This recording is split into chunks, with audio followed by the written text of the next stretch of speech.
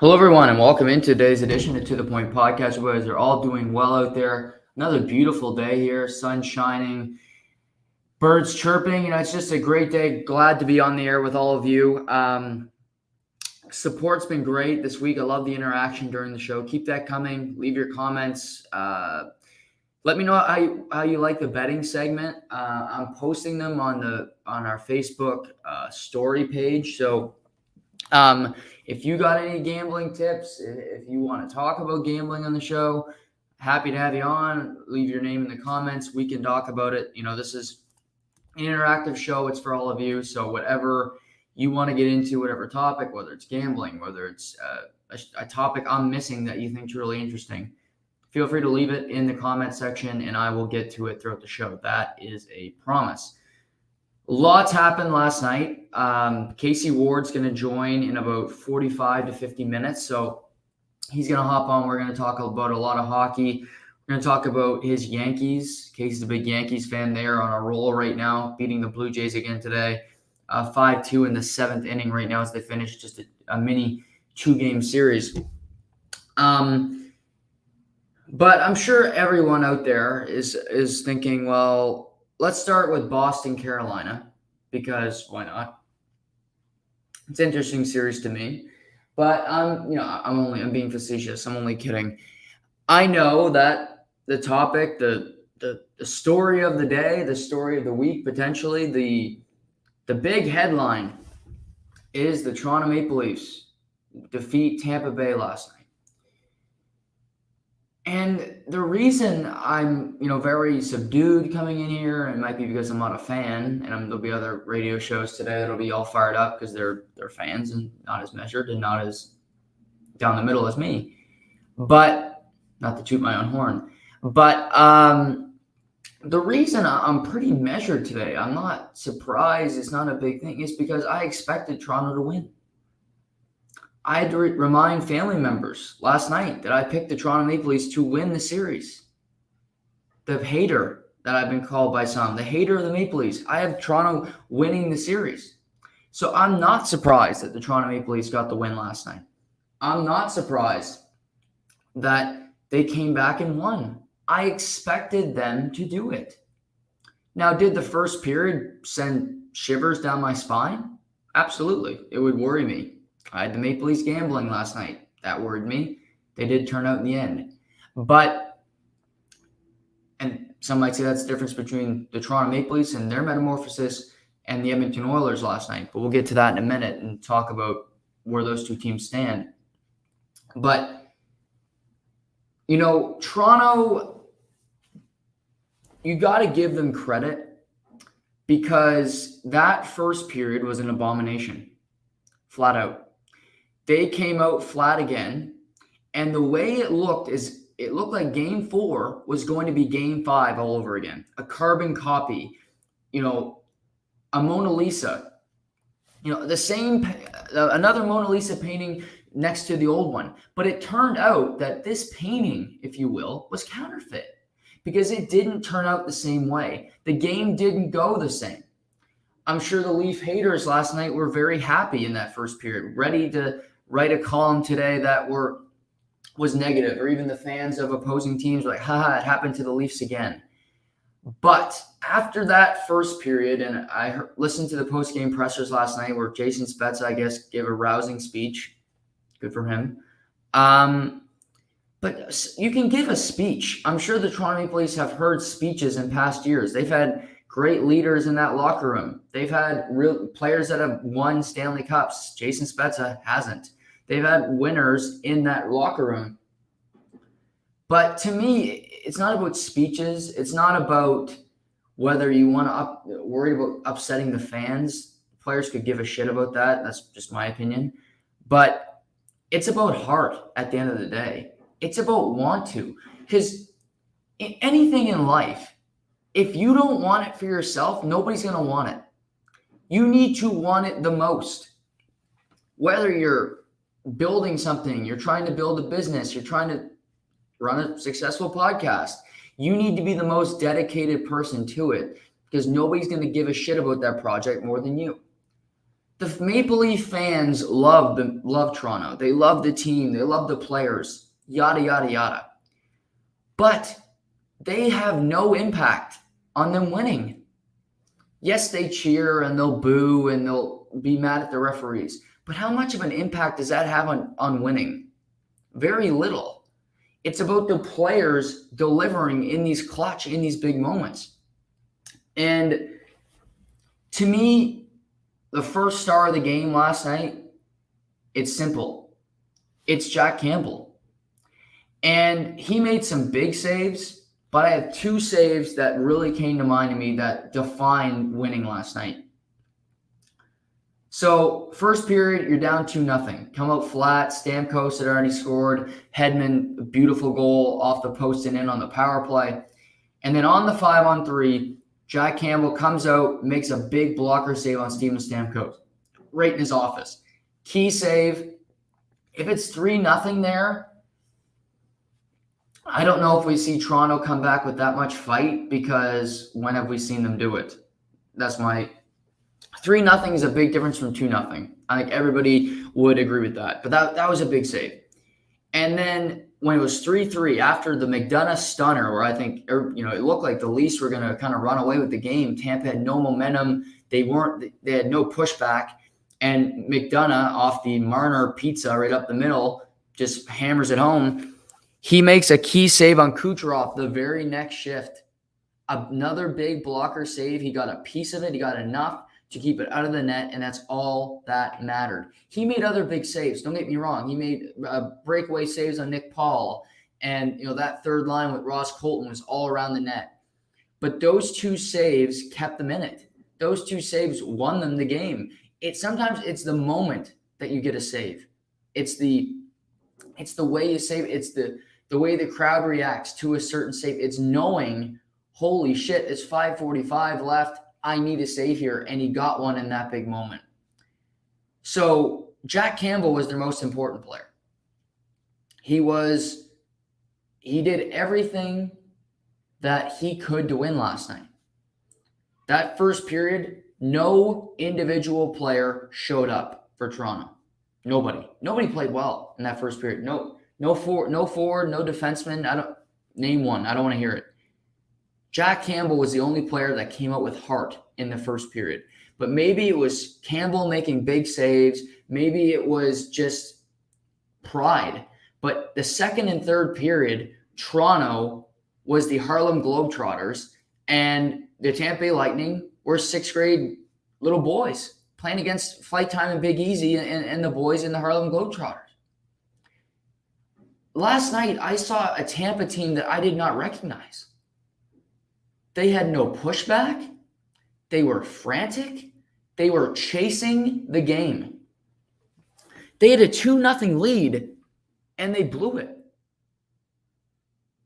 The second and third, and you give credit to Toronto for the way they played, but also Tampa in every loss in this series. For a majority of those games, they're not even in the same ballpark. Game 1, they lose 5-0. They were never in that game. Game 3, 3-0 until the third period, they weren't in the game. Flat out. Toronto was a far superior team. And then last night, second and third period, there's two teams on the ice. They came in third. It's a drastic turn to me that I'm saying, wow, William Nylander's playing better than Braden Point. To me, he has. I talk to people. I don't think Braden Point's played well at all in this series, and I'm a huge Braden Point guy. Kucherov has been a ghost. He misses. Last night, he had one of the stupidest plays in the first period where the Leafs had no momentum. They were dead to rights, it looked like. Kucherov on the 5-on-4 misses the net by a country mile. It rolls around, and Nylander gets a breakaway. Yes, Vasilevsky made the save, but he is doing more to hurt the Tampa Bay Lightning than help them. Poor Victor Hedman is by himself out there most of the time. The most dangerous Tampa forward last night was Nick Paul. And yes, Nick Paul has two left feet, and his hands are like Ilya Mikheyev's, where he's going to miss an empty net from time to time because he just can't score. But that's not a good sign where Nick Paul is getting the majority of your opportunities. So it's a mix of both. You can credit one team while also lamenting another. That's 100% okay in my mind. Campbell was better than Vasilevsky. I don't think Vasilevsky was bad, but Campbell was better. He just was. At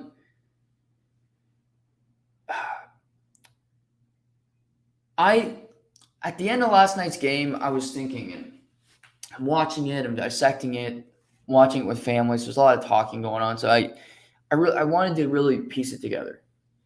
And at first, I didn't think Austin Matthews had a particularly good game last night. But I didn't really sleep on it because I watched that Oilers game until like 2:30 in the morning. But I sat there and thought about it while I tried to sleep for the couple hours I was in bed. And I'm like, well, no, I think you're wrong. And I came to the conclusion in my limited slumber that I think Austin Matthews did play well last night. And the reason I say that, and it has little to do with the game-winning goal, because that was right place, right time. I think that's one thing I think you learn if you even play rec hockey. Just because you score a goal in a game doesn't mean you played well. The parents that think, oh, my kid scored 2 goals tonight and you had a good game, they really don't know hockey that well. They just know statistics. They know a box score. They get along well with the analytics community. But I look at Matthews last night. Why do I think he played well? He threw 7 hits last night. And these were actual hits. These weren't hits where I'm like, okay, I look at the box score after, I'm like, I didn't see those hits. They added those in just to make him feel better, make him seem like he's a power forward. But last night, he played like a power forward. He played with like he was pissed off. He is such a phenomenal player already. But if he played with any rage, he'd be even better. He did last night. Played almost 24 minutes, but he had 7 hits. He separated guys off pucks. That's why he played well last night, because he played pissed off. It was enough of, just lackadaisical Matthews, where I think for him, when he's not scoring goals, when he's not getting points, he can fade into the background because he doesn't play penalty kill. He is not, defensively, I think when he's not playing that well defensively, he lags his game. When he's scoring goals, his game is just 100% better because he will back check. He has that momentum. He has that confidence where I think it completely fuels his game. And last night he wasn't. They weren't the best line. Nylander was far better, but he played physical. He hit Sergachev with a good check and knocked the wind out of him. He got into it in front of the net. He wasn't taking bullshit. So I think he had an important game that could be more important long-term. And I'm not saying like 2 years from now. I'm saying a couple weeks. Because I predicted Toronto to win this series in 6 games. I'm not backing off that. They'll win tomorrow night in Tampa. If I'm wrong, I'm wrong. But I'd like to be right because I predicted it. So we'll see. But let me say this.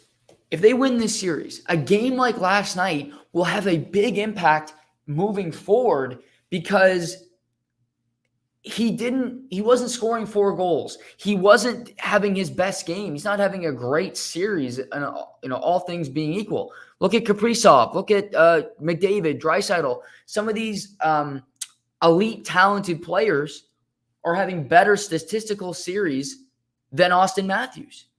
But they are down. Kaprizov's down 3-2 to my St. Louis Blues.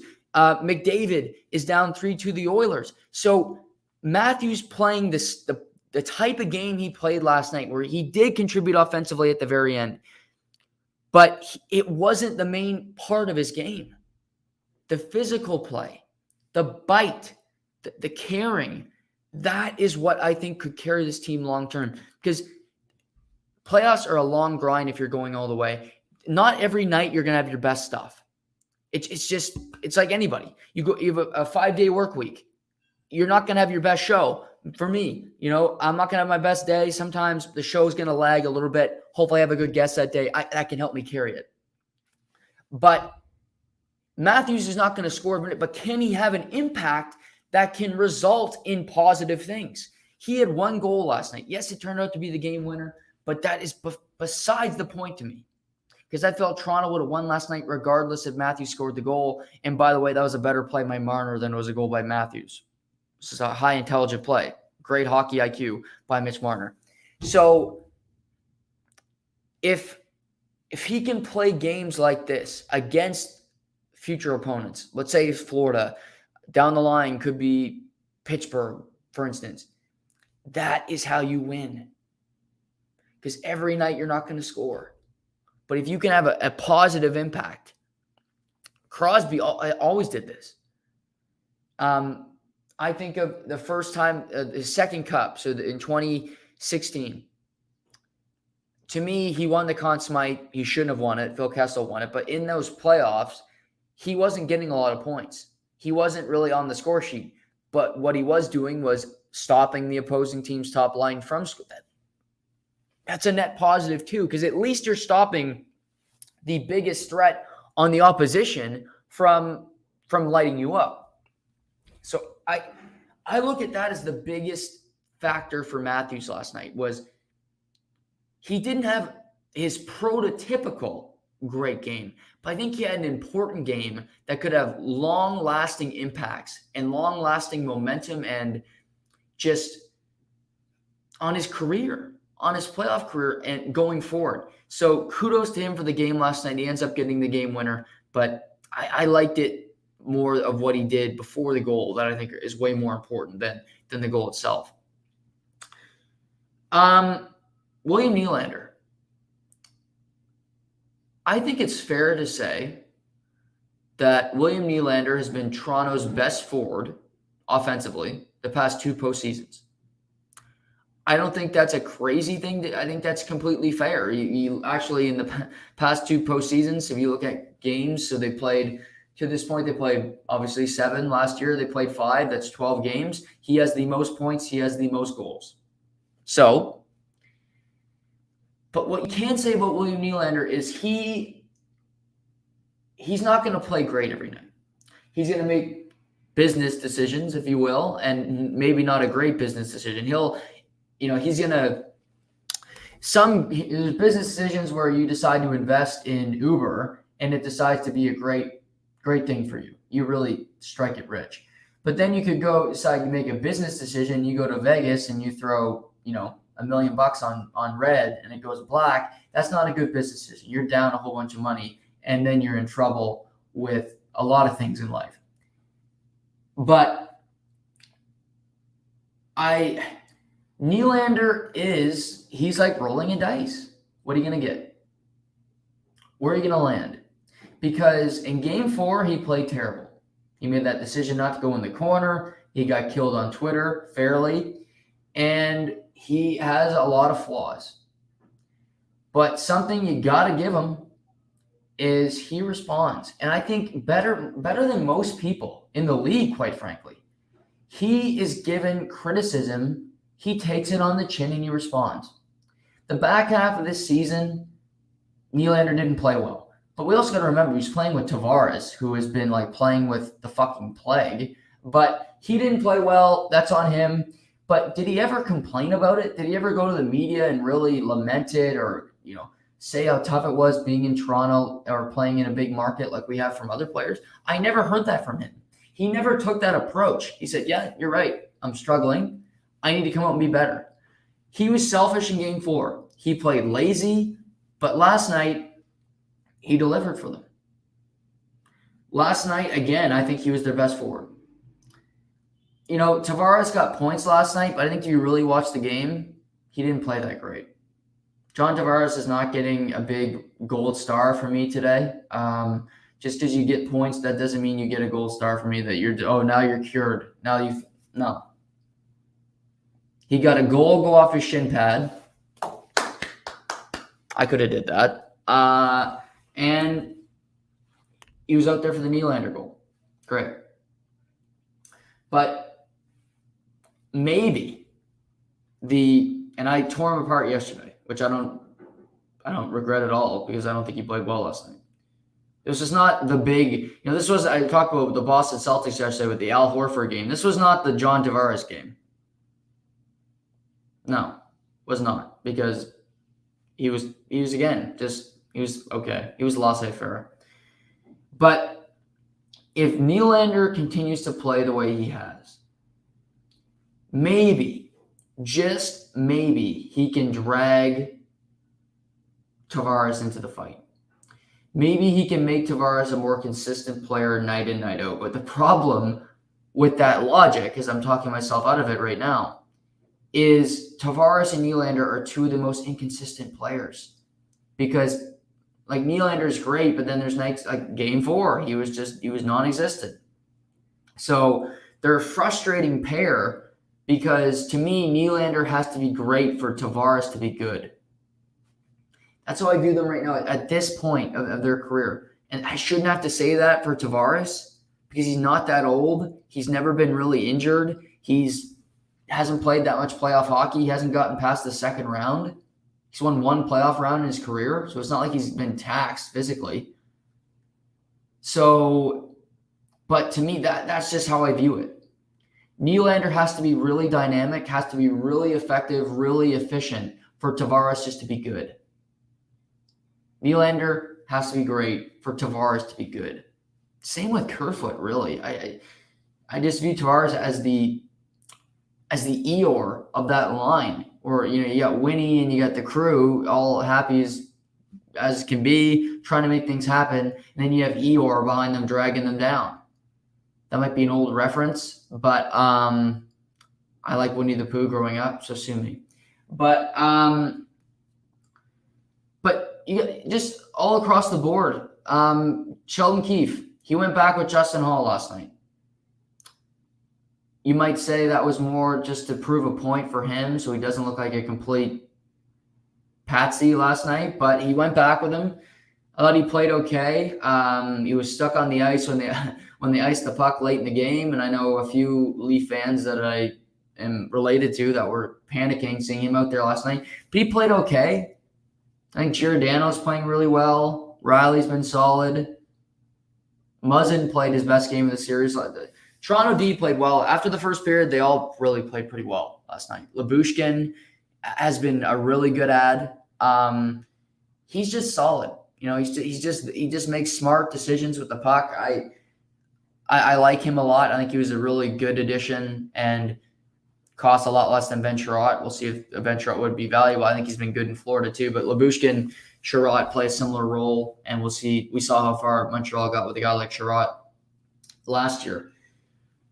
But all in all, it was just Toronto was the better team last night. Tampa didn't have the energy. They didn't have the heart. They didn't have the pushback. I mentioned some of their guys. Hedman needs help. He's doing so much. He's playing unbelievable.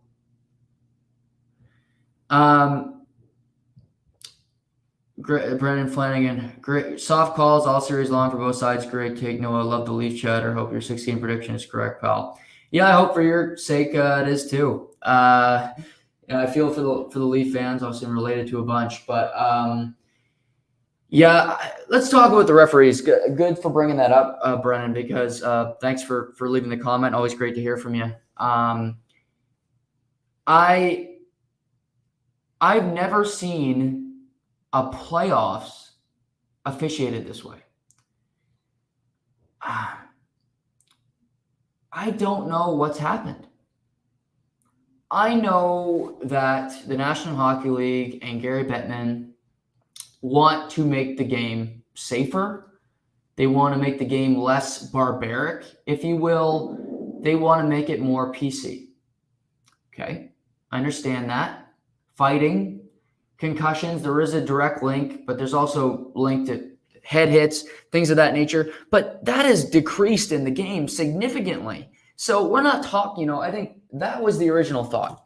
But now it's gone completely over the line where last night I'm watching, I'm like, well, that's a penalty. Like Sergachev at the end of the game, he cross-checked. I forget, I think it was Nylander. Yeah, it was Nylander. He buried him from behind, right in front of the net.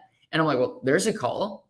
And they didn't call it. And I'm like, well, in the first period, and this just isn't just about Toronto calls. This is league-wide, because I was watching a lot of that Boston-Carolina series in the game last night. I'm like, what is this? What's happening to our game? Because I'm sure everybody out there watched the Leaf game last night. That first period felt like it took 3 hours to play. The third period was finally real hockey because there was no whistles. It was chaotic. It was fun. But otherwise, it's lagging. It has no pace. It has no tempo. There's no feel because it's whistle after whistle. It's 5-on-3. It's just, and you want to set a standard, but this standard feels like it's regular season on steroids. They were calling cross-checking a lot in the regular season, and they've called it even more in the postseason. I don't know why, and you can't battle in front of the net. You can't battle in front of the net in these playoffs. You get called for it. It's just a physical. There was who got called last night? It was a Leaf defense. Oh, Giordano. It was a battle in front of the net. He's fighting for the puck, and I forget who he knocked down now, but it was right in front. It was early in the game, and they called it. And it wasn't a penalty. Might have been Colton. And it was a battle in front that Giordano got the better of. He was shielding his goaltender. He was doing the right thing as you teach a defenseman. And they called that a penalty. They are making it so difficult for anybody to defend. Is it because goaltending is so bad right now? Is that the reason?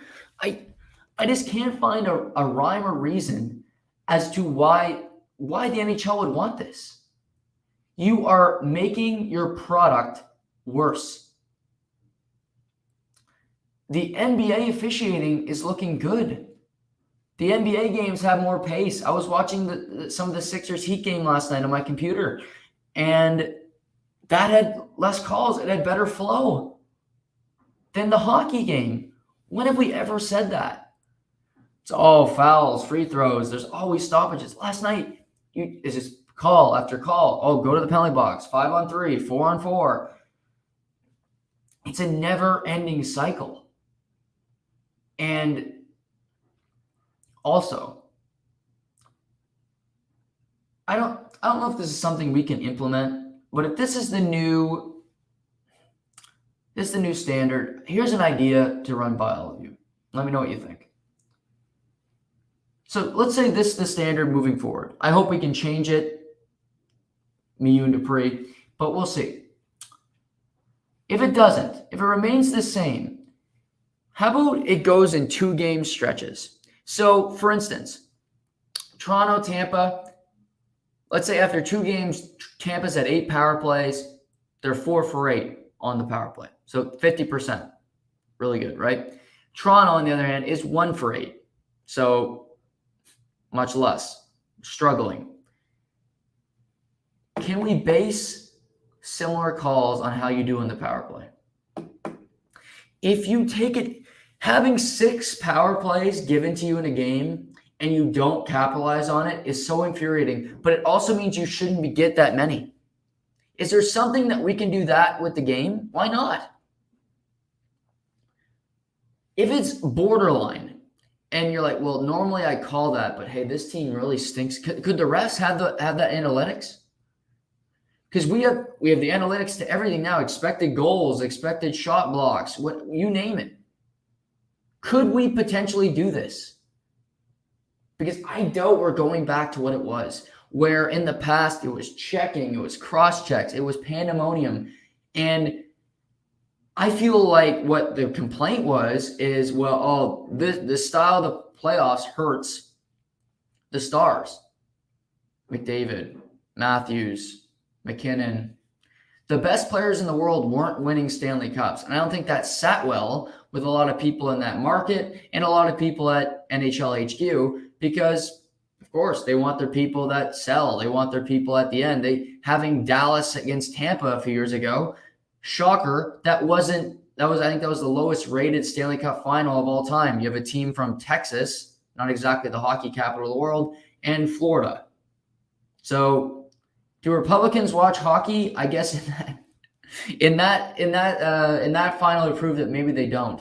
But they're going to want their stars to play, just like everything else. I'm sure the NBA wishes LeBron James was in the playoffs. They're happy Steph Curry is up 3-1. That's just the nature of doing business. But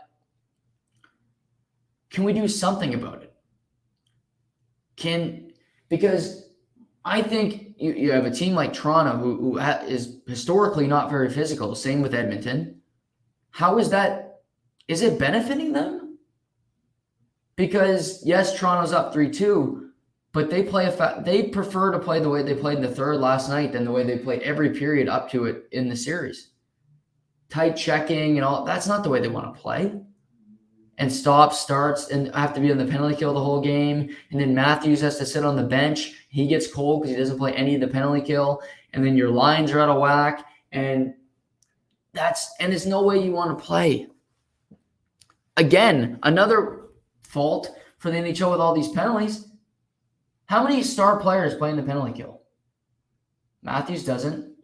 McDavid doesn't. Draisaitl plays the last 10 seconds. McKinnon normally does not. So your best players who you want to see play aren't playing because of this system. So it's failing on all levels. And I always feel like, well, we can't make a solution. That's just the way the rule is now. NHL, all these pro leagues, it's your league. You can change anything you want. You don't like something, okay, it's gone tomorrow. That's it. You know what? I don't like going overseas to play games. I'm sick of expansion possibilities. We're not doing it anymore. Done. Don't gotta go. Offside rule or we gotta review everything now. They put that in an off season. That wasn't a collective bargaining thing. They just put that in. So if officiating is a problem, which it is, they could change it tonight. And that's the funny thing. Is nobody likes it. Nobody likes the way it's officiated. Coaches, fans, your daughter who's never watched a hockey game walked in and said, well, that was stupid. Nobody is loving this system. It doesn't have to be they could change it literally tonight. It's not a CBA thing. You don't need to agree on it. The NHL is an entity in and of itself. You don't have to go to the Supreme Court. You don't have to ask your shareholders. You can change it if you want. League can change it. The NFL had video review on pass interference plays for one season. They didn't think it was necessary anymore, so they got rid of it. That next season, they didn't ask anybody because they changed it because it's their league. Brendan Flanagan, pilot calls behind the play too. They have a ref standing on top of the play, but the whistle is coming from the neutral zone. Yeah, that's true. You go in the corner and the back ref makes the call.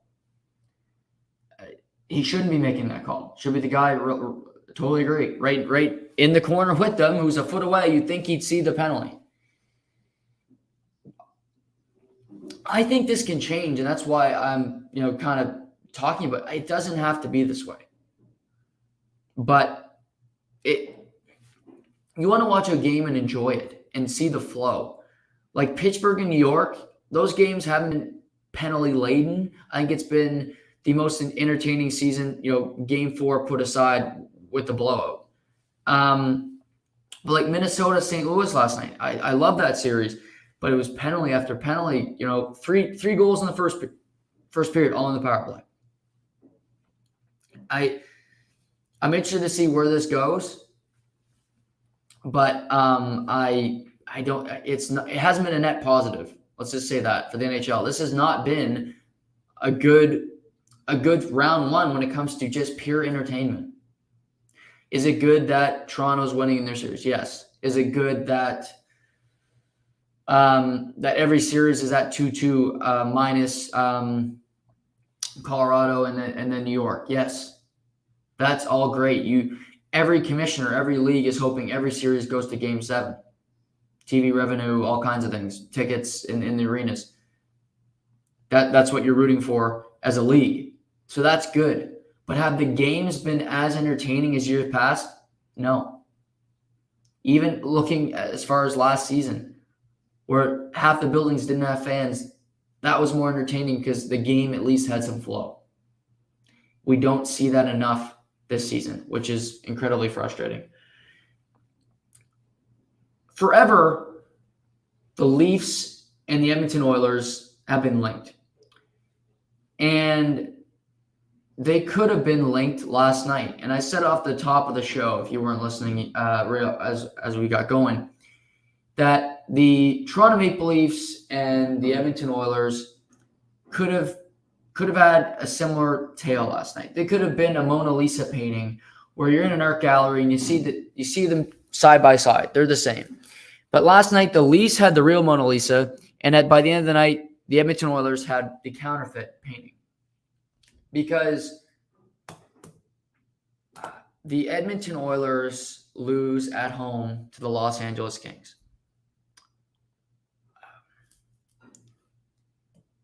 One, I can't believe it. Well, I can, but I can't. Because this series reminds me of, Toronto, Columbus in past years, or Pittsburgh, Montreal, or Montreal, Vegas, where I look at it and it's lopsided. Yes, LA had 99 points. Yes, LA has been a great story and they have a great coach, but they are not as talented. They are not as good of a team on paper as the Edmonton Oilers. I mentioned yesterday, who's LA's best player? It's a debate. It's not Kopitar anymore. Not in this series anyway. You really have to think in watching the games through this series, it might be Trevor Moore. But I look at last night, and the Oilers face a must-win tomorrow night in LA at the Crypto, or whatever they call it now. It's no longer Staples Center. The Crypto.com arena. If they lose tomorrow night, we'll talk about this again tomorrow, but the person that should be the most worried is not Jay Woodcroft. We talked about him yesterday, the coach. He could be fired. He could be let go as interim. So he could go. The person whose ass should be on fire today with how this series is going and how it could finish is Ken Holland. Ken Holland was brought into Edmonton to turn around a failing franchise. They had Connor McDavid. They had Leon Draisaitl. They had made good draft picks, Ryan Nugent-Hopkins.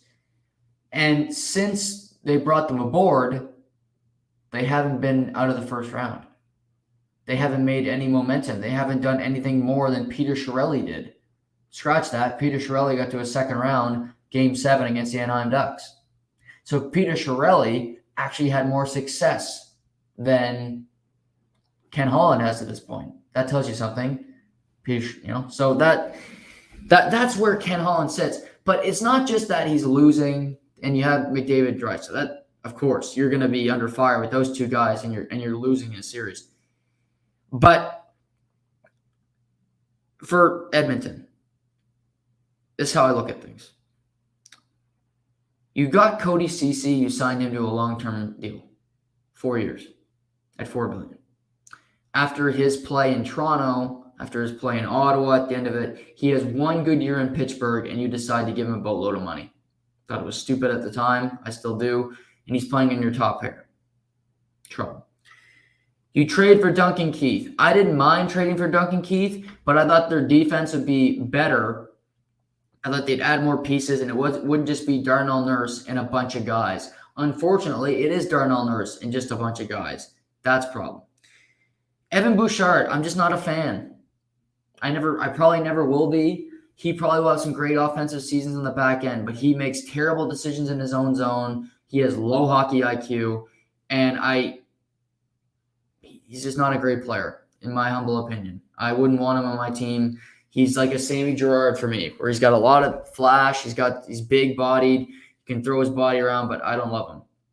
Played 15 minutes last night, and he was a direct cause of 2 of the goals. So that wasn't a good game for him last night. And then the goaltending. I don't know how you have the best player in the world in Connor McDavid, Draisaitl right there, top 4, maybe top 3, and you don't add a goaltender of substance, of noteworthy, of anything, of stature. They could have had Jacob Markstrom. They decided not to because they didn't want to give him the extra year. They didn't want to give him 6. I get it, but at the same time, I don't get it because you're trying to win. You're in your window. Ken Holland, you were brought in to win a cup. How long do you think you have? Are the Oilers going to keep you around forever? You could have had Jacob Markstrom. You could have got Darcy Kemper via trade and not let Colorado do it. But no, you inherited Mikko Koskinen, which isn't your fault, but you couldn't deal him, so he's stuck there. And then you re-signed Mike Smith to a 2-year deal this past offseason. He's 40 fucking years old. So you have bad goaltending, and you know that before the year starts. Last offseason, you pretty much know. You signed CC free agent. Bouchard, you're going to play. You trade for Duncan Keith, who's old. You love Nurse, but other than that, it gets pretty damn thin. And you decide to bring back this goaltending duo? I mean, that's craziness. I don't know how he keeps his job. If you lose in the first round to a team that you should beat. Now, they haven't lost this series yet. But just the fact that coming into the postseason, I didn't feel the Edmonton Oilers could win the Stanley Cup going into the postseason. I still don't. If Calgary can escape Dallas, which we'll talk about that in a bit, I don't think they can win the Stanley Cup. And the fact that you have the best player in the world and you enter a postseason where you don't feel you can win it means that somebody screwed up somewhere. And Ken Holland is 100% to blame for that. Woodcroft can only do so much with the crap that he's given on the ice. But I see on the line, we got a resident Oilers fan, or maybe an old former Oilers fan. We're going to bring him in here. Good friend of the show. Haven't talked to him in a while. It's good to see him. He's been just on golf courses across the nation, just laying down putts. Casey, good to see you, buddy. What's going on, Jug? How you doing? I'm good, man. I'm good. Watching a lot of hockey like yourself. I know you're putting in the late shifts like me. A few good men staying up late at night watching games. But what was more surprising to you last night? Leafs winning or Oilers losing? To be honest, I kind of was expecting the Lightning to flop last night. So I don't know. The Oilers losing was I don't know. I fell asleep halfway through the game. So when I woke up this morning and checked that they lost, I was pretty upset. But yeah. I don't know. Last night I just couldn't stay up. It was I don't know. I was run down, so paying for it today. So still pretty tired. Yeah, I hear you there. The Oilers are so perplexing because I was just talking about, who I think Ken Holland's got to be worried right now. You look at his team and the way they've played, and now they got to go win 2 must-win games, and I have little faith in them doing it. But if they lose in this first round to an LA team that is not exactly, murderer's row of a team, do you think Ken Holland would be deservedly fired by the Oilers brass? Well, I'd say someone's got to wear one here soon. They've been in this kind of process with McDavid ever since he's come into the league. They've played the Ducks in the playoffs, no success. So I don't know. It's kind of got to be like someone's going to have to take the blame, and they've already fired a couple of coaches. So I think Holland's the next guy to go if you were to ask me. But I don't know if the Oilers lose this series. I don't know what that's going to say for the future of the Oilers. I guess for McDavid, you could tell this year he was pretty fed up with the losing streaks and the big game skids and whatnot. So I'm interested to see how it all plays out. I'm hoping that the Oilers can pull it out and win the next two, but I don't know. I'm a little hesitant, I guess.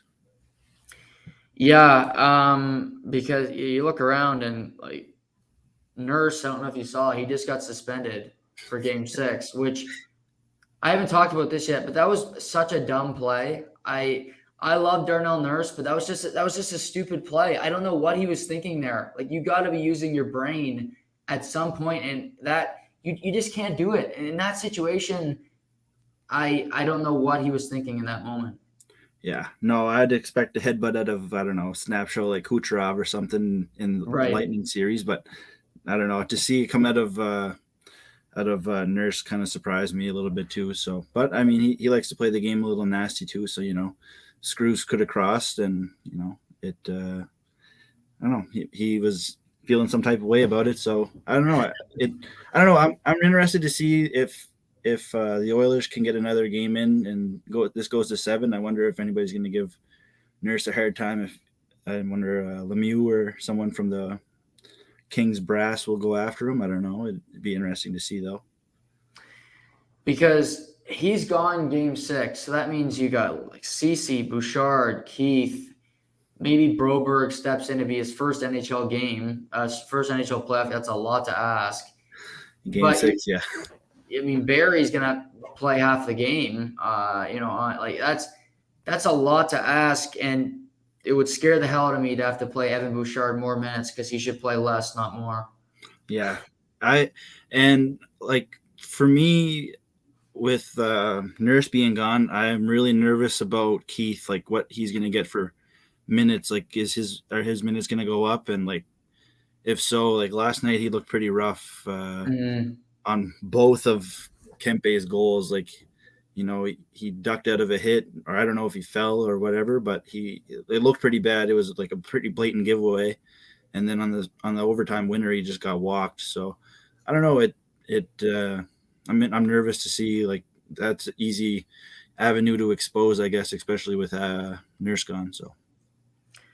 What do you think of Kempe's celebration and the overtime winner last night to the Oilers crowd? I don't know. I don't mind the celebrations. The only one I can't stand is Kuznetsov. I can't stand. I hate that one too. Yeah. He's the only celebrate. Like, I could watch Ovi do the 50 goal one like 100 times, and I don't care. But to watch him do the flamingo or whatever up the ice is just I can't stand it.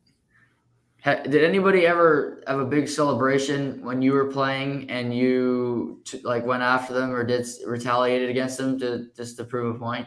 No, I don't think so. I did some pretty stupid shit, but not during after a goal was scored or nothing. I don't know. I don't think so. Anyways, they probably wouldn't be a fan of that at RNS. Yeah, CTE's kicking in. I can't remember. So yeah. Yeah, I mean, who would have thought that Troy Stecher would be one of the best deadline acquisitions? I mean, this guy he gets the first goal of the game last night. He gets assist on the game winner. What a gem from him, because the Kempe didn't really wake up until last night, and he only had 1 point in the first 4 games. Mm-hmm. Kopitar has been pretty quiet, and Stecher's been a big piece of this team winning. Mm-hmm. Yeah, no, I think like for the depth or lack thereof, I guess the Kings have. Mm-hmm. Stetcher's pretty good. Like, he's got a little bit of experience in the NHL. Pretty sure he came from Red Wings. Yeah. Yeah. So I mean, he's got some experience playing there, where he's going to be logging a lot of minutes and stuff, because Detroit's struggled for the past few years. So I don't know. I'm interested to see how he's going to play the next couple of games, and if the Kings can close this out, like, I tip my hat to them. Like, I didn't see this going. I seen it going 6 games, but not Oilers down 3-2. But I don't know. Trevor Moore is on the team still too. He's leading their team in points. Dustin Brown's playing physical. I think he scored last night. Yeah, I don't know. I'm nervous for the Oilers, but that's kind of that's the biggest team I'm nervous for, I guess, as opposed to all the other teams in the playoffs. So are you quietly rooting for the Oilers?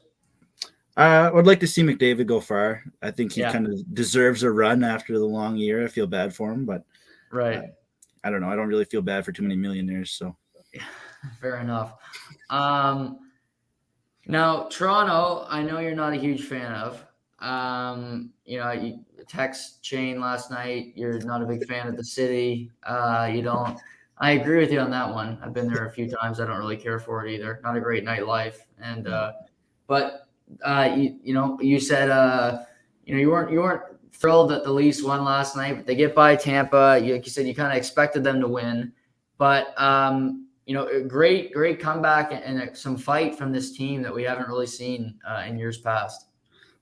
Yeah, no, and like for Tampa Bay, I think that was probably one of their better starts on the road, I guess, in the series. Like, Yeah, so I was expecting the game to kind of just take that massive tilt where game's over by the second period and you can switch to the next. But I don't know. It's just something about the way that Tampa's kind of playing, I guess, like long 2 years plus playoffs and everything. So they do look a little bit slow. Point for me, I love watching him play, but he's kind of on the slow side this series. Like he's not really generating too much offense. He's making plays and stuff, but he's just not capitalizing on his opportunities. And kind of same with Alex Kaloran. I find if he can yeah. get it going, then he's a big piece for Tampa. But I think those two plus Cirelli, I think is you got to get those guys going, especially on the game 6. Who did you expect Nylander to bounce back last night? He's so Jekyll and Hyde, but he gets a big goal, gets an assist.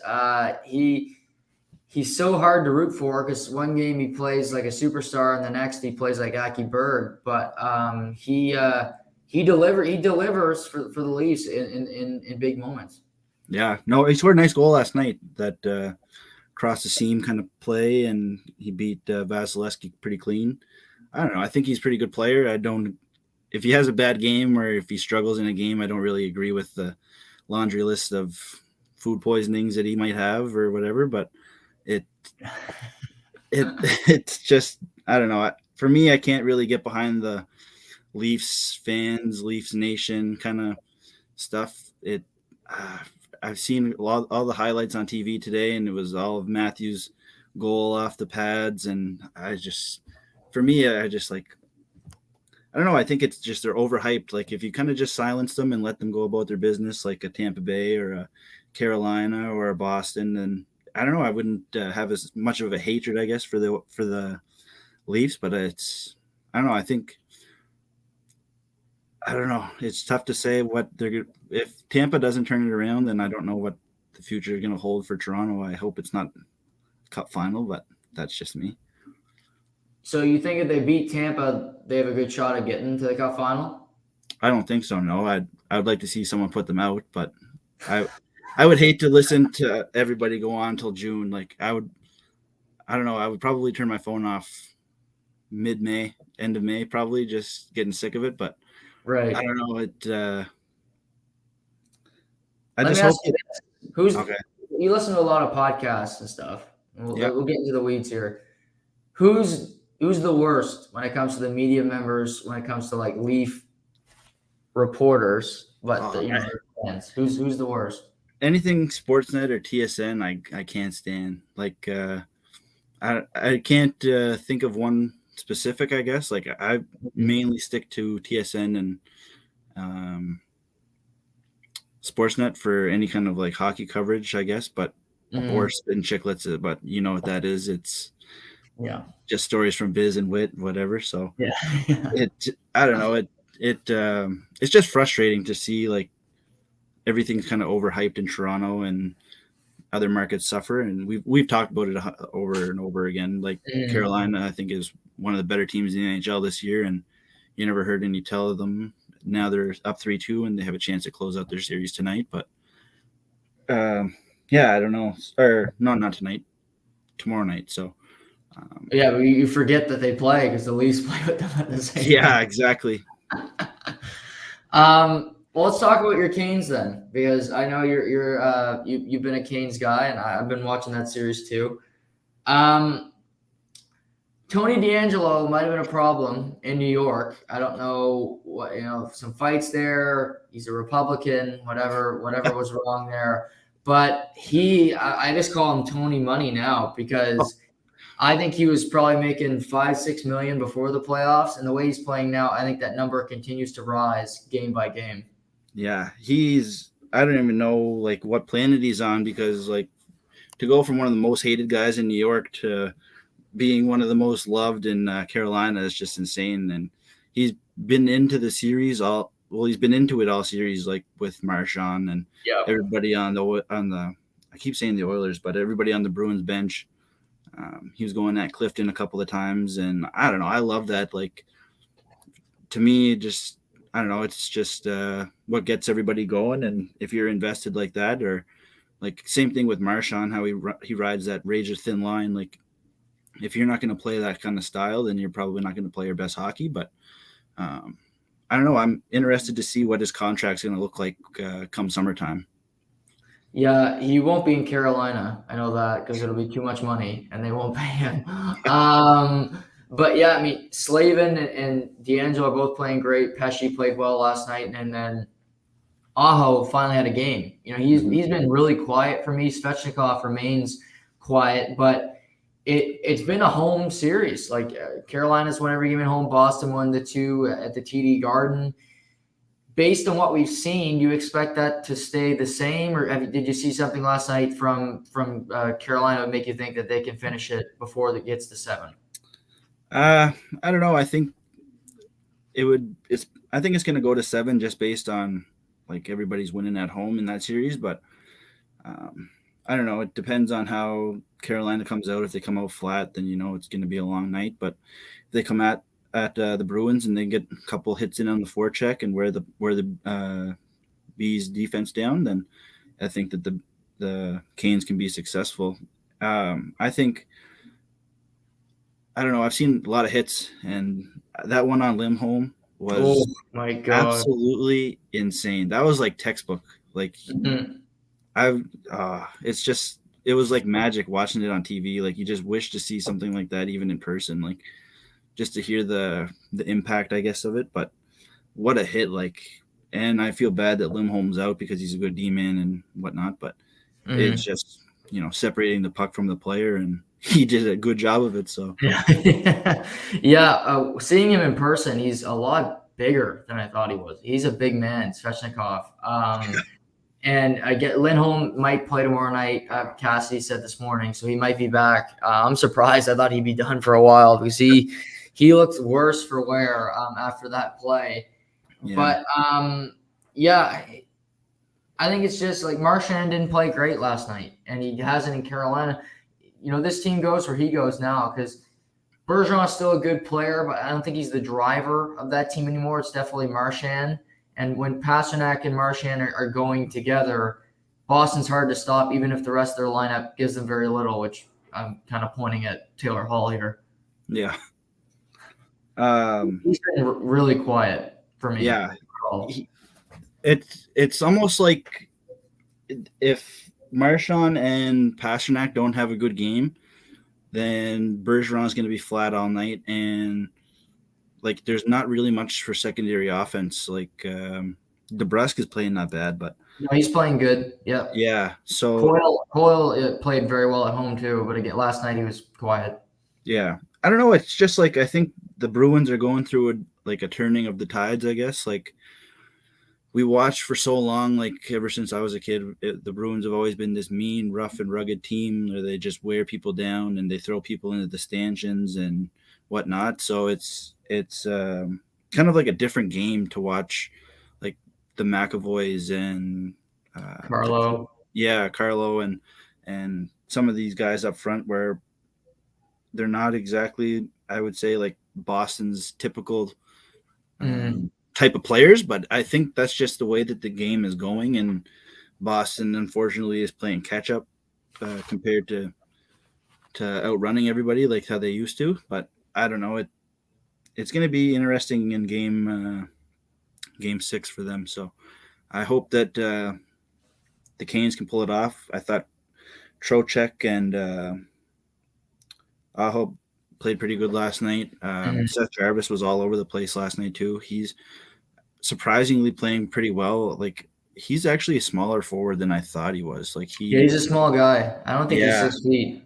yeah, and he's like last night he was in front of the net on both of his goals. I'm pretty sure. So, guy under 6 feet tall going to the net and playoff time is probably not too much fun taking the abuse up front, but he's getting the job done. What's been your favorite series so far? I've been a big fan of the Rangers and Penguin series. I think I was just too invested after that triple overtime game.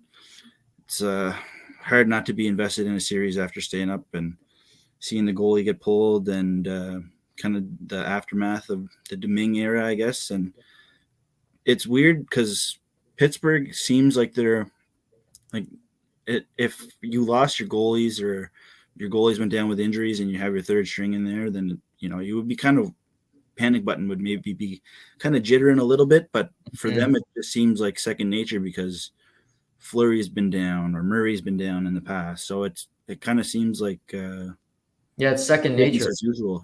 So I don't know.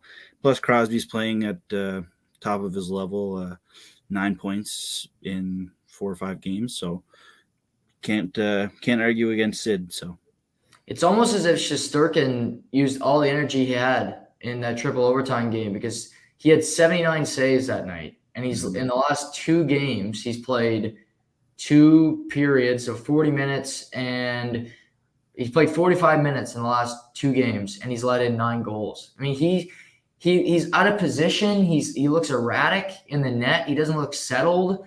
I agree with going back. I don't think that was even a debate. Like go to Georgiev. No, I mean, you're going back to the Vezina winner, but how do you feel about New York tonight? I mean, they're on their face. They have to win. They are back home, but it wasn't exactly that they. It was tight 2 games in New York the first time, so it wasn't as if they were a dominant home team in games 1 and 2. Yeah, I don't know. It's tough to say because Pittsburgh they've been there in the driver's seat before. They've had their backs against the wall, so they know how to respond and they know how to kind of weather the storm, I guess. So.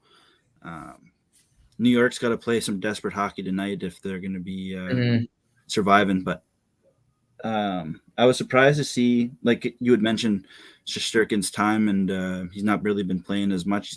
40 minutes over the last 2 games is what you said, I think. Yeah, pretty much. And, like I wrote down I was looking at the stats, and Domingue's save percentage is .906 through all 5 games, I think. So. And Shesterkin's is at a .905, and he's the possible Vezina winner. And he's only played the first game plus chunks of others. And I find that's pretty crazy. Like I don't know if Shesterkin and Georgiev split a lot of time during the season. Do you know if they did? No, Shesterkin started almost 60 games, so he played a ton. Yeah, so he's probably a little worn down too, and I don't know. That's kind of like a management kind of role, I think. Like, you're going to want to rest your starter a little bit before the end of the season. But, like, I don't know. It's tough because, like, the East was already decided pretty much a long time ago. So they could have rested goalies or whatnot. So. Yeah, and for New York, too, like, they got to play better in front of them. Like they miss Lindgren a lot on the back end playing with Fox because Nemeth has just been a disaster. And I feel bad for picking on him, but there's always D that I just see on the ice and I'm like, why are you out there? Sammy Gerard 2.0, the special. But yeah, they need to play with more urgency in front of them too, because if like you said, you have a struggling goalie like Carolina, your Canes, they had Ranta, they had Porchkov, like they play pretty much the same way in front of their goalies every game. They might not win every game, but they play consistently good defensively. They had an E-bug and they beat the Leafs a few years ago. Like that's just the way they go. I think there's games where you guys have to be desperate and you might have to take chances, less chances offensively to help out an ailing part of your game, which is their defense and obviously their goaltending. Yeah, and like on New York, like some of their big guns got to get going too. Like Zabinajad's got to get going. Yeah. Strome, I think even Panarin, to me, Case, yes, he's had the puck a lot, but how is that translating to scoring? I don't think he's played as good of a series as statistically as it looks. Yeah, no, I think the same. Like a lot of the time that Panarin has the puck, he's on the perimeter. Like he's exactly. Yeah. He's not even in a scoring opportunity, or he's always a scoring threat, I guess. But like, is he really that far? Is he that good of a scoring threat from top of the circles, a little bit closer to the blue line, hash marks on the outside of the circle? Like, I don't think he's very efficient to be like a high scoring threat from those areas. But yeah, I just think like Kreider, he's got to get it going too. Vetrano, these guys. Fox is playing not bad, but one guy that I noticed, if the Rangers are going to play successful shutdown hockey against Crosby, then Miller's going to be got to be on him. I find Sid's kind of been getting away with kind of spacing himself, and right, like the classic heel to heel that he does around behind the net and stuff. So.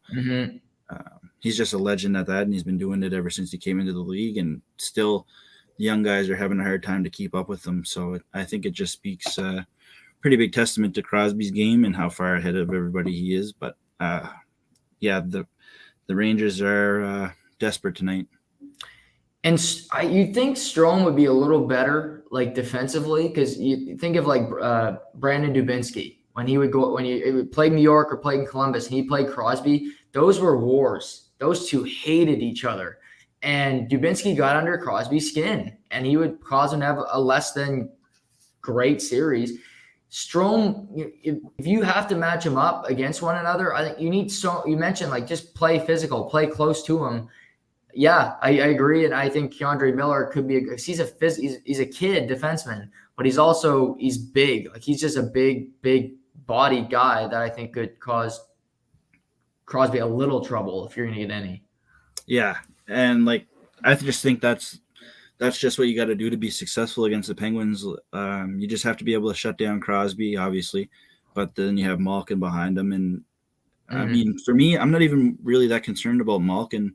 Like he's got a lot of skill and stuff, but to me right now, like if there's anybody besides Crosby to be concerned about, it's Gensel. Like that's Crosby's trigger man. Like that first person he's looking for on the ice, that's who it is. So if you can shut down him, keep a couple of sticks on Gensel, and force Crosby to just stay low or work the puck high, then I think that the Rangers have a good chance tonight. But it'll be interesting. Florida, Washington tonight. Who are you leaning on getting the win tonight? I don't know. It's kind of I like that Verhaeghe from Florida. He's been actually pretty electric this season, especially with the playoffs going on. He's leading the way. I'm actually surprised that he's leading Florida in points with Huberdeau. Too. Yeah, yeah. Like I don't know what it is. If Barkov and like Huberdeau are just being like outshadowed by defense or what, but like they have so much offense in Florida that it's like, how is somebody going to be able to cover Giroux and Duclair and Huberdeau and Barkov plus Verhaeghe? Like it just seems like someone's not producing enough for the Panthers, but I just like the way that the Caps play. Oshie, I find whenever it's an important game, whether it's the Olympics or playoffs, he's always kind of the workhorse that gets everything done. So I don't know. I think that for me, I'm probably leading more towards the Caps, but I've been wrong before hundreds of times. So I don't know. It depends on how Bobrovsky's playing for the Panthers. Yeah, and I've seen Sonoff at the game of his life. The other, I've never seen him play that well, so I expect a little regression from him because he's another guy that normally doesn't play that well. Mm-hmm. But yeah, I just think Washington had the chance to win the series the other night. If they would have won the other, I think they win the series. They missed that empty netter. It hit the side of the net, and it was so close. It was almost not icing, and then it ended up being, and they scored, and then it was downhill from there. They had just had that chance, and I just think Florida has too much firepower. And let me ask you this: if Toronto wins their series against Tampa, do you think they'd rather play Florida or Washington? I think they'd rather play Florida. Yeah, me too. As crazy as that sounds, I think they'd rather play Florida too. Yeah, no, nothing against the Capitals, but the Panthers haven't really proved much. If you ask me, it's kind of much like the Leafs. Like, if the Leafs get out of the first round, then that's a huge test. Like, that's a huge push for them to get out of the first round because they slayed a dragon. It's a two-time Stanley Cup champion, Pat Maroon, three-time Stanley Cup champion. So, like, that's a big hurdle to climb, especially in the first series. You had home ice advantage, so them plus if you go against if you go against the Capitals, then like they have Ovechkin and Oshie. They have pretty much the makeup of their core from when they won the cup, and I just don't like the way that those cards fold, I guess, when it comes down to them. So Walker Campbell in the comments says, Casey, I'll give you an olive branch here. If you want to join the Caps bandwagon before it's too late, we will welcome you with open arms. Pal, even throws a pal in there. Do you want to accept? Do you want to join Caps Nation with Walker and Steve Sands from the Golf Channel and whoever else? I appreciate the offer, but I'm going to keep my free agent card on the bandwagon. I'll save it for a little later date, probably Stanley Cup Finals or something. 50% odds. That's when you join on a bandwagon. Yeah, probably game 3 though, when the winner's up game 3, so I have like a 75% chance or 85% chance.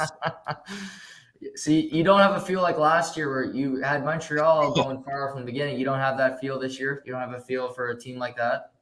No, last year was so easy to predict because that North Division was just a cakewalk. So, right, anybody could have finished dead last to get in, and they could have went to the Cup Finals. They only had to go through Toronto and Edmonton and Winnipeg. So, right, yeah, fair enough. It was hard to watch. Draft lottery last night, which was NHL's is great at marketing, where nobody knew it was the draft lottery night. I followed the league just extensively. I think pretty close. I think a decent job of doing it. Didn't know it was last night until it came up my phone at 7:30 and I had to rush to get to a TV to watch it. But good on the NHL for marketing it. And yeah, smart. Yeah. But it happened last night, if anybody missed it. And the Montreal Canadiens won the draft lottery.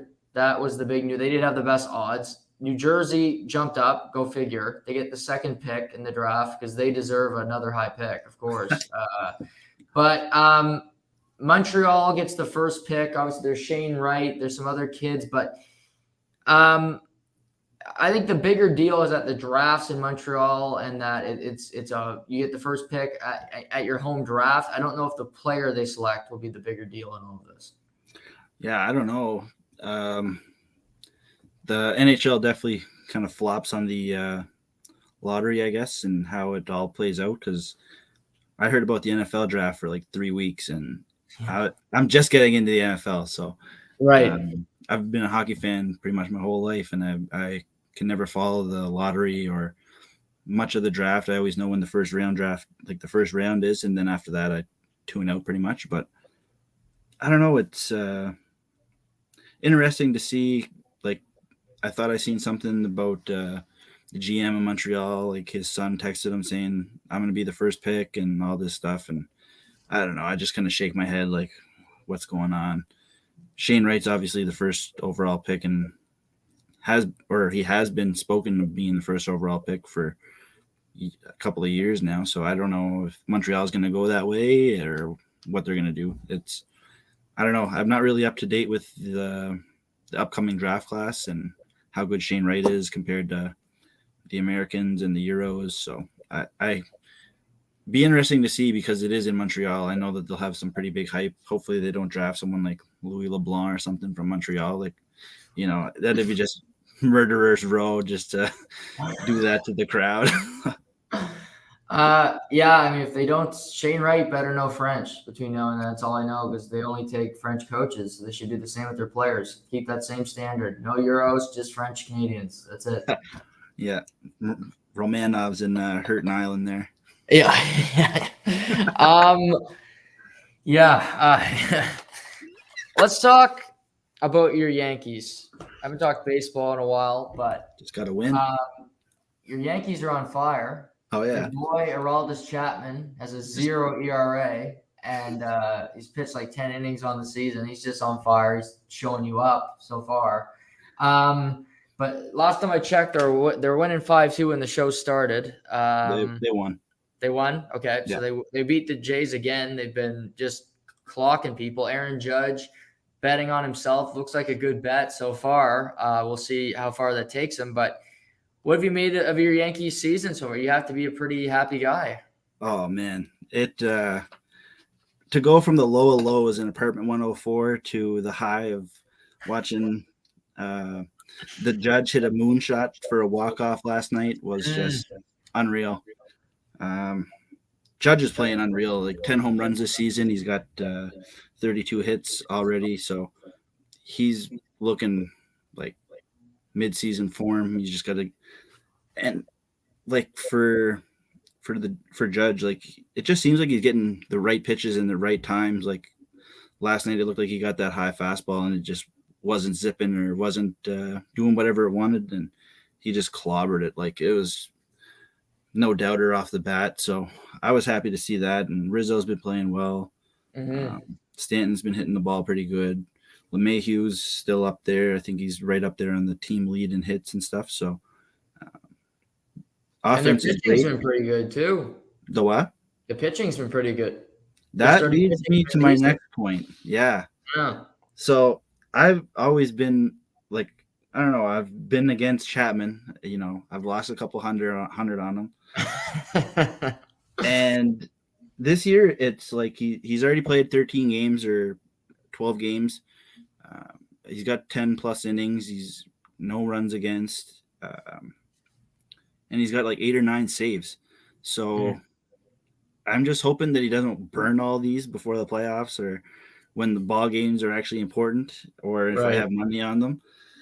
And like it's just to see it turn around. Like, and I was listening to the broadcast today. It's his lowest fastball season this year at 97.1, I think is what they said.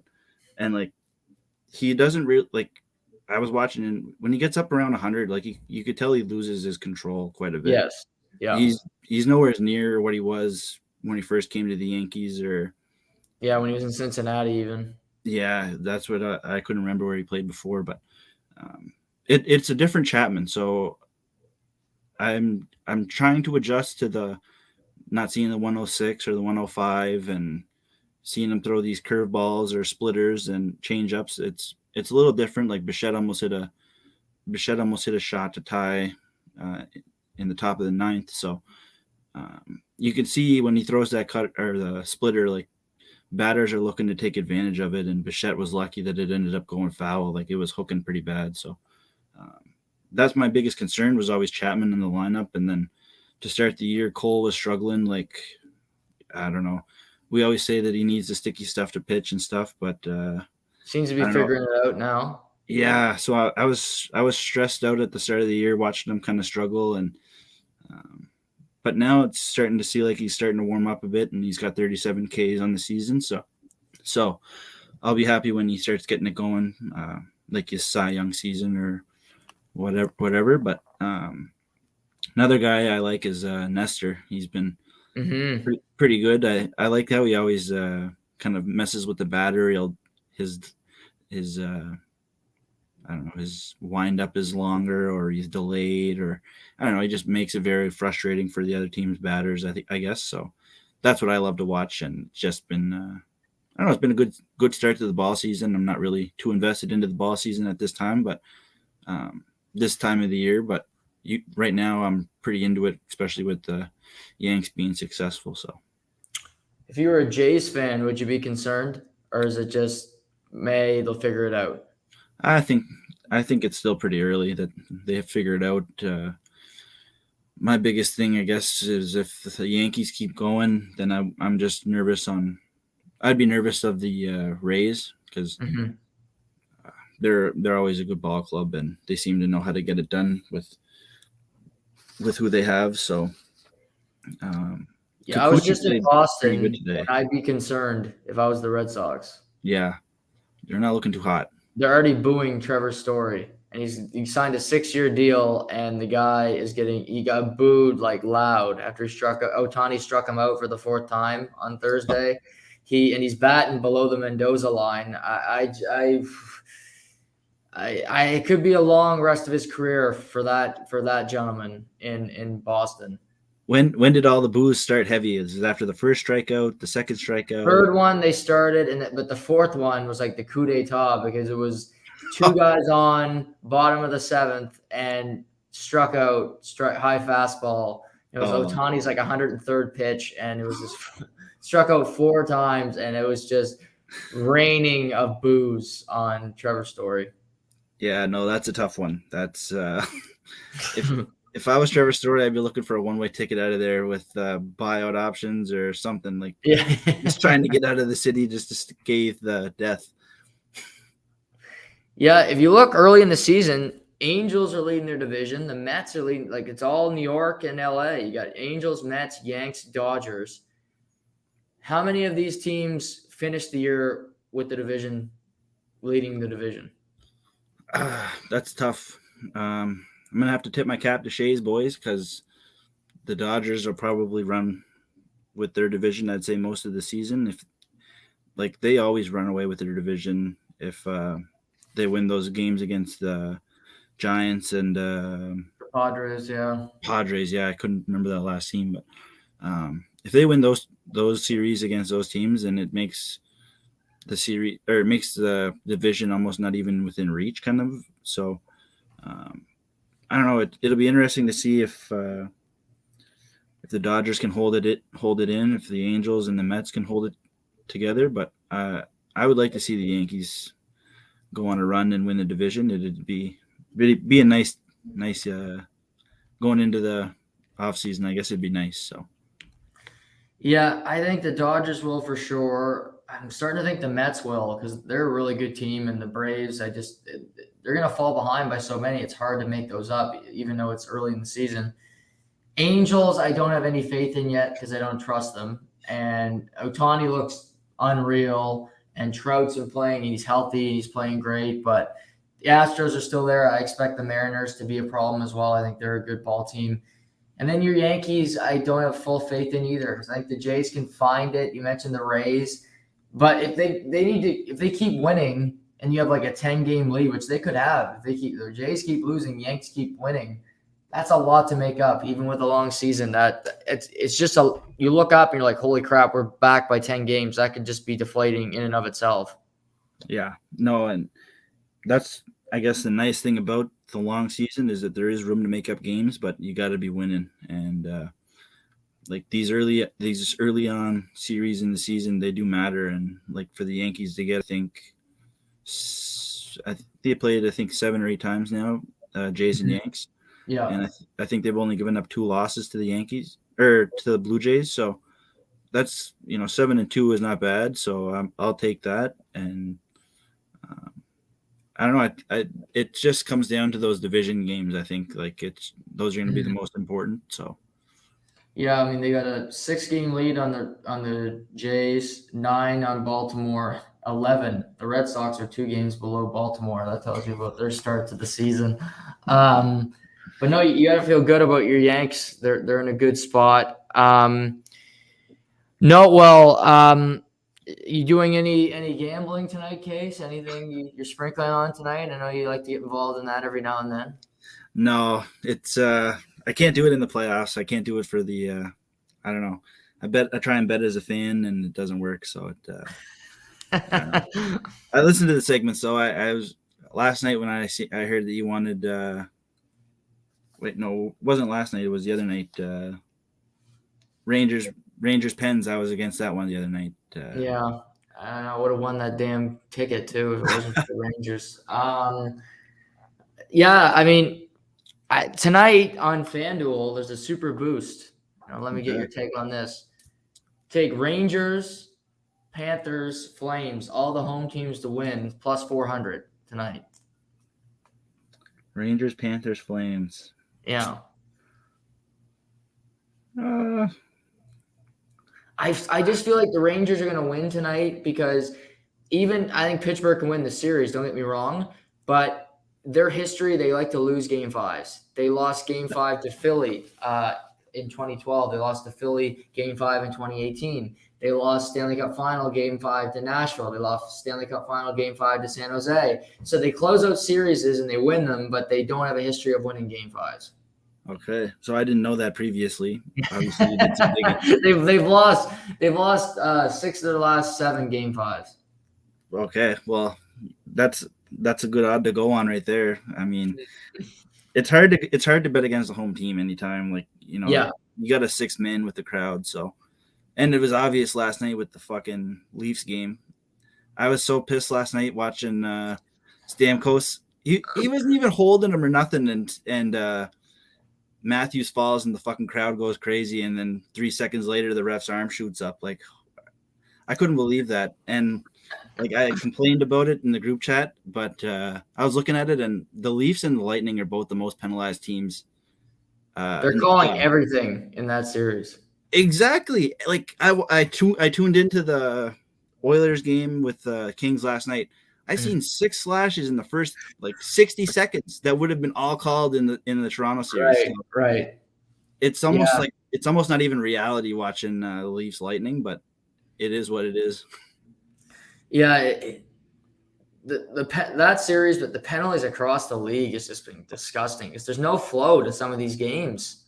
I agree. The best games are out west. Maybe because the league goes to bed and they don't watch them because they're too late. They just watch the Rangers and the Leafs because they're out east in prime time. But yeah, I mean those series, they're calling everything.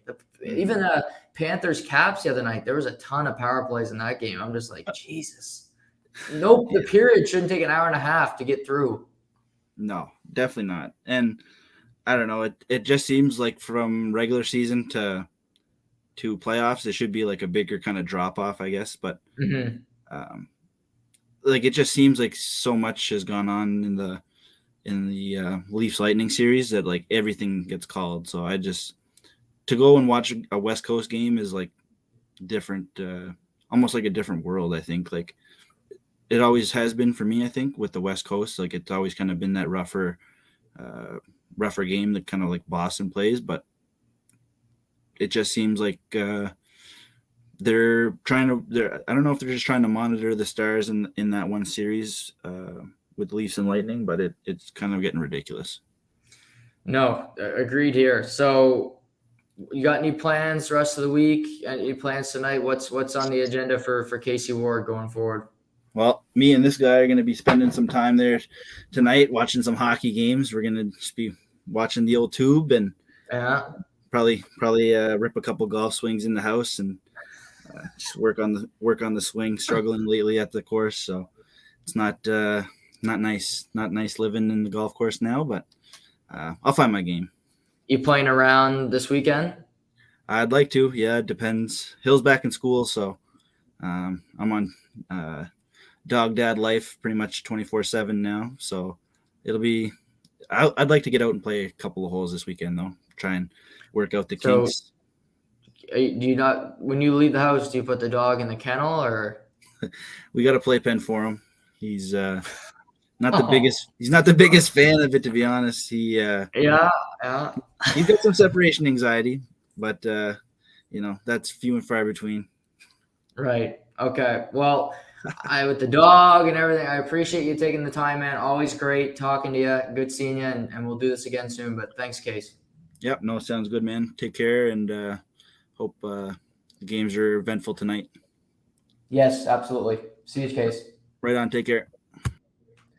Thanks to Casey Ward. Always great to talk to Case. great insight today. I thought he had some great takes and good chat about the NHL playoffs. Tomorrow, Matt Wright is going to join the show. He couldn't be on a few weeks ago during the draft. We're going to talk about some hockey. He's a big Rangers fan, so we'll get the reaction from him following the Rangers-Pens Game 5 tonight. We'll talk about the playoffs at large. We're also going to dive into some football. We're going to talk about Tom Brady joining Fox Sports. I haven't talked about that yet this week. I'm saving that for tomorrow with Ryder. Talk about is there going to be another wide receiver traded this offseason? Is Deebo Samuel going to get moved? What happens with Baker Mayfield? So we'll get into some NFL storylines as well. But yeah, feast or famine betting tonight. I'm just looking for something simple. Tonight I'm going with the home favorite, Super Boost FanDuel Sportsbook, plus 400. I like the Rangers, Panthers, and Flames all to win. Like I just said, Rangers, the Penguins have lost 6 of their last 7 Game 5s in series. Take the Rangers. I like the Panthers. They got the momentum. I think they're going to win this series in 6 games now. And Flames, I just think they're favorite out. So I like home teams, home plus tonight. Super Boost, FanDuel, plus 400. Put the Super Boost, put some extra money on it. Get a little boost, bring home some good cake there. So that's going to be it for today. We'll be back tomorrow with Matt Wright, breaking everything down. We'll preview the big games, the big Game 6s tomorrow night as well. Thank you guys, as always, for tuning in. Thanks for the support. I'm Noah Warren. This is To The Point.